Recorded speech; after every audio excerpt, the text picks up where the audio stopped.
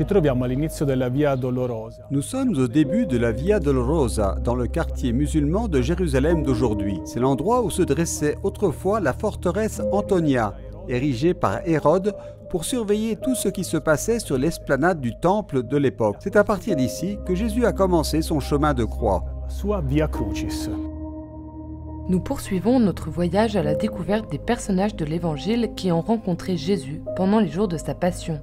Le frère Enrico Majorano nous aide à mieux connaître Ponce Pilate.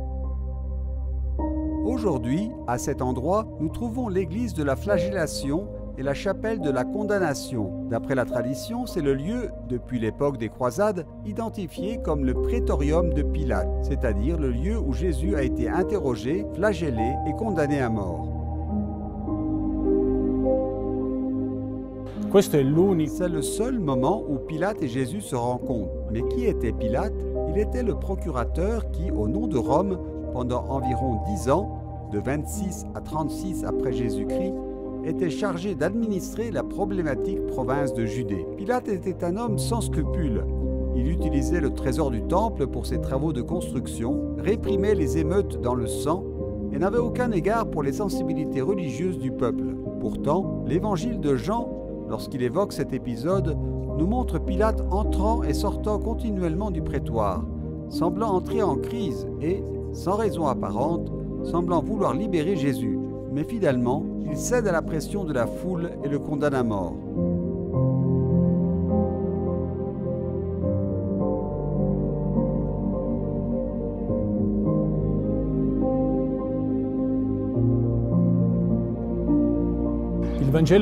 L'évangile de Matthieu nous raconte le fameux geste de Pilate qui se lave les mains. C'est un geste que les Juifs connaissaient bien, car c'est le signe de quelqu'un qui reconnaît son innocence devant Dieu. À partir de ce moment, Pilate devient le symbole de ceux qui cherchent des solutions à bas prix.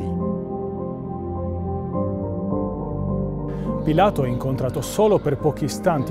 n'a rencontré Jésus que quelques instants, mais ces quelques instants ont été fondamentaux pour sa vie, à tel point qu'ils l'ont totalement bouleversé.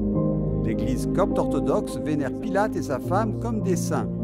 Selon cette tradition, Pilate retourna à Rome et s'y convertit au christianisme sur son lit de mort, ce qui lui valut d'être exécuté par le Sénat. E per questo il Senato l'abbia giustiziato.